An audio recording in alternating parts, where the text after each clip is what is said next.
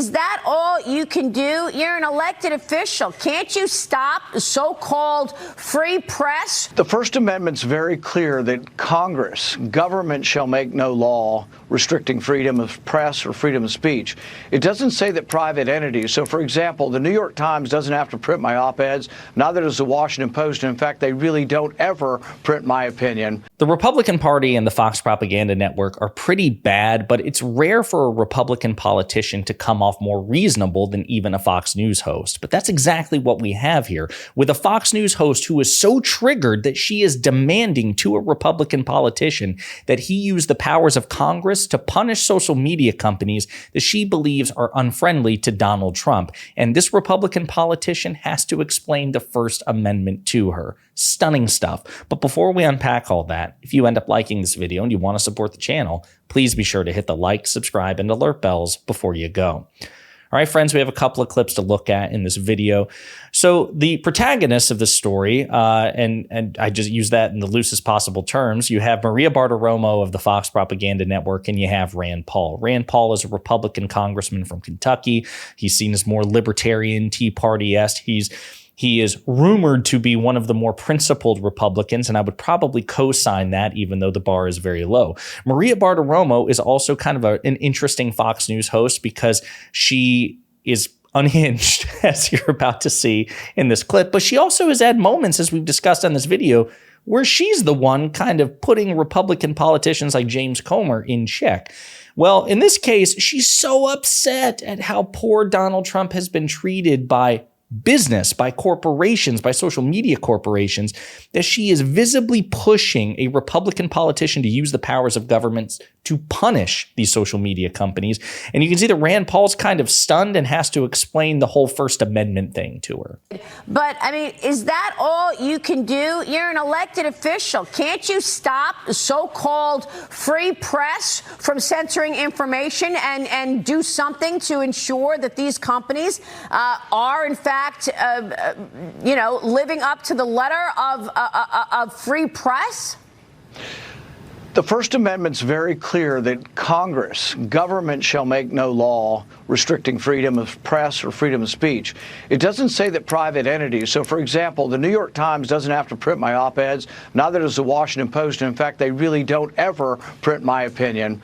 And they have a right to. It's a privately owned newspaper. It's the same way with social media. But you can leave and you can force them to expand their horizons if you vote with your dollars and go somewhere else. And so this is the way the marketplace works.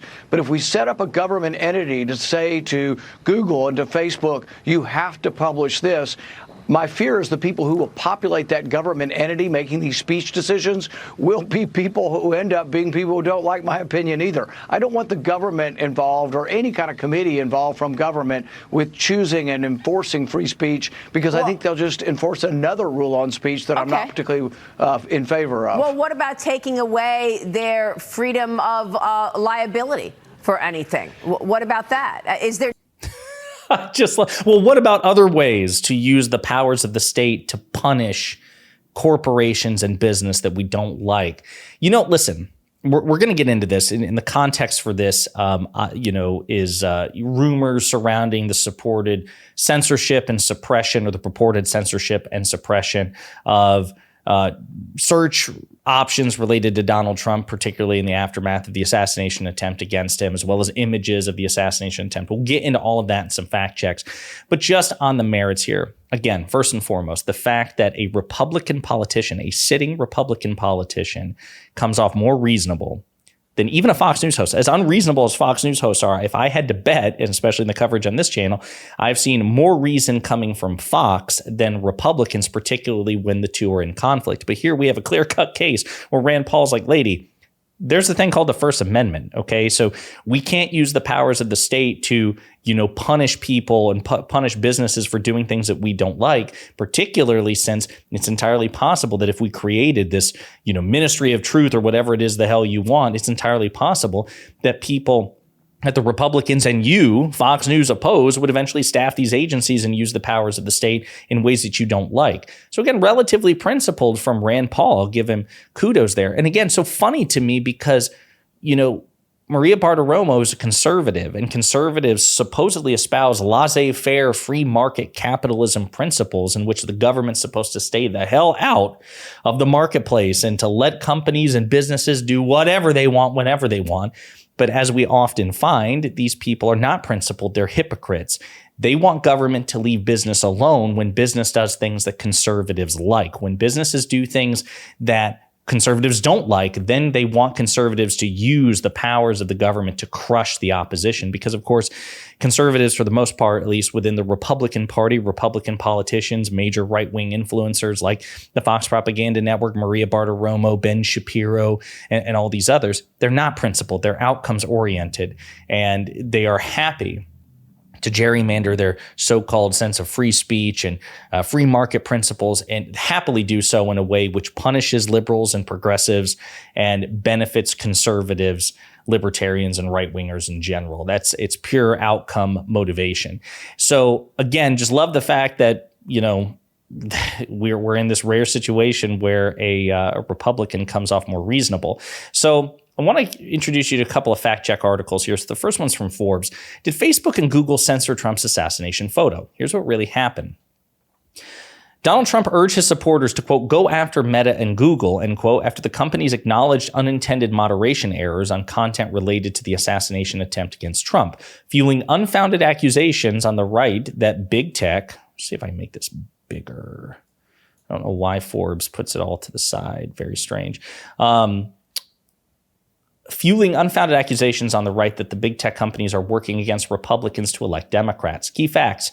Right-wing social media users, including Don Jr., Chip Roy, a Republican congressman, Senator Roger Marshall of Kansas, and the End Wokeness account, which, by the way, is I believe has been revealed to be Jack Posobiec, an idiot that I actually embarrassed at a Minds Fest interaction that Destiny spoke at a couple of years ago in Austin, Texas. You want to talk about an unprincipled loser? Look no further than Jack Posobiec. And in addition to Twitter owner Elon Musk, amplified accusations that Google purposefully blocked search terms related to the assassination attempt against Donald Trump from the auto population in its search bar. Google acknowledged the issue in a statement to Fox Business, telling the outlets, quote, systems have protections against autocomplete predictions associated with political violence, which were working as intended prior to the July 13th assassination attempt against Trump. Facebook also admitted to an error related to content surrounding the assassination attempt against Trump, writing Monday on X that a fact-check note suggesting the photo of Trump raising his fist after he was shot and escorted off stage by Secret Service had been altered was mistakenly added to the real photo.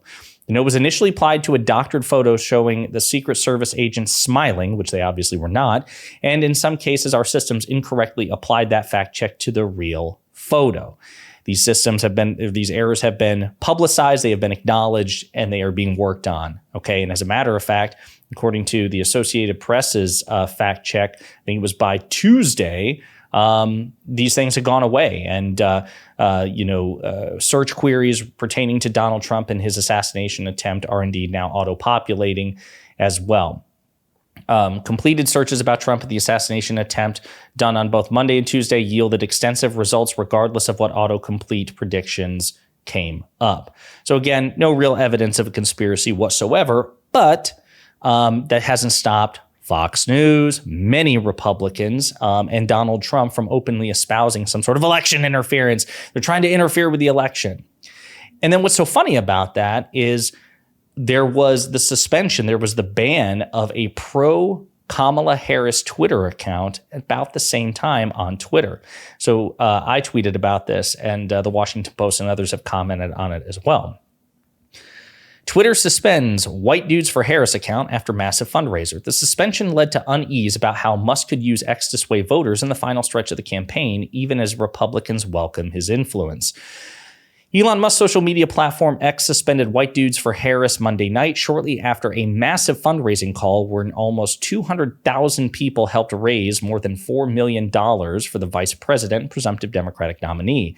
The account @Dudes4Harris was reinstated Tuesday morning after it was blocked hours before because of a user report for violating our rules against evading suspension, according to a screenshot shared with the Washington Post. Organizer Ross Morales Roquetto said the group submitted a complaint to X but had no other other direct communication from the platform.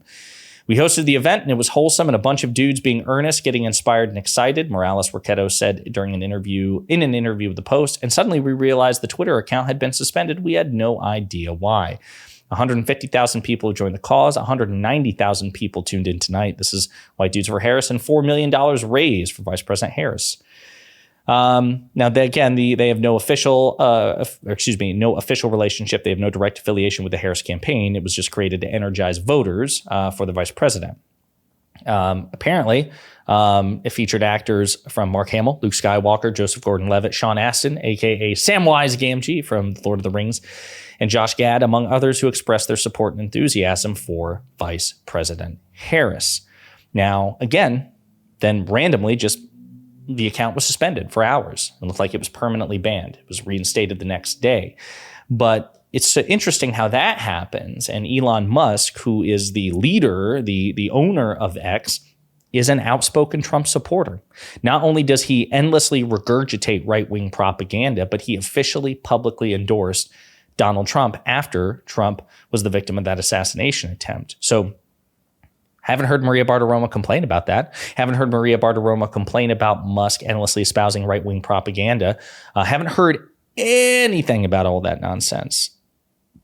But she believes that there's some sort of grand, elaborate conspiracy by social media to engage in election interference, to impact and damage Donald Trump politically. And she thinks it's so bad that she is publicly advocating to the face of a Republican politician that he and his buddies use the power of the state to punish these social media companies. And then again, when she's reminded of the First Amendment, well, can't you do anything?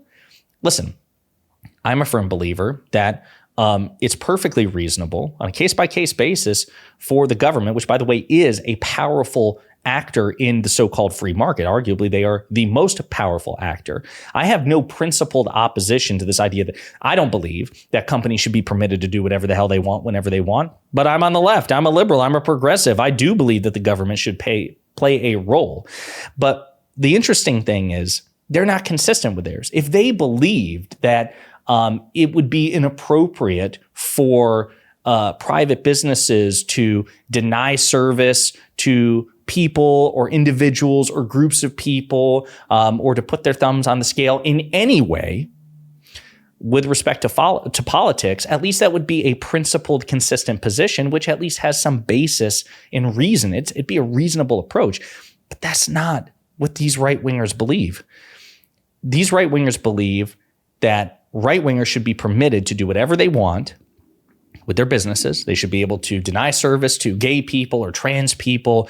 They should be able to be bigoted in the worst possible way.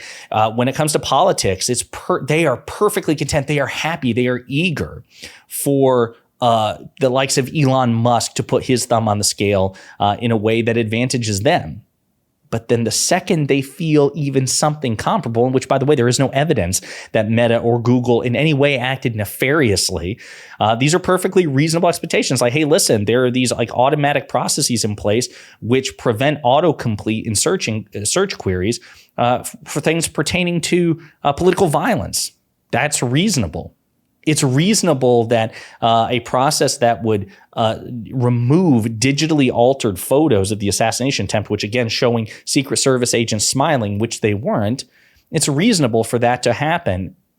And it's perfectly understandable or possible for that sort of blanket algorithm or whatever mechanical process goes into effect, that it accidentally suppressed valid photos of the assassination attempt as well. But the fact of the matter is, people called it out. The companies in question acknowledged the mistake, and then they worked to correct it. Not exactly a conspiracy. Very strange stuff. Very strange to see that Fox News is openly advocating for censorship and government retribution against businesses that they don't like for the dumbest possible reasons.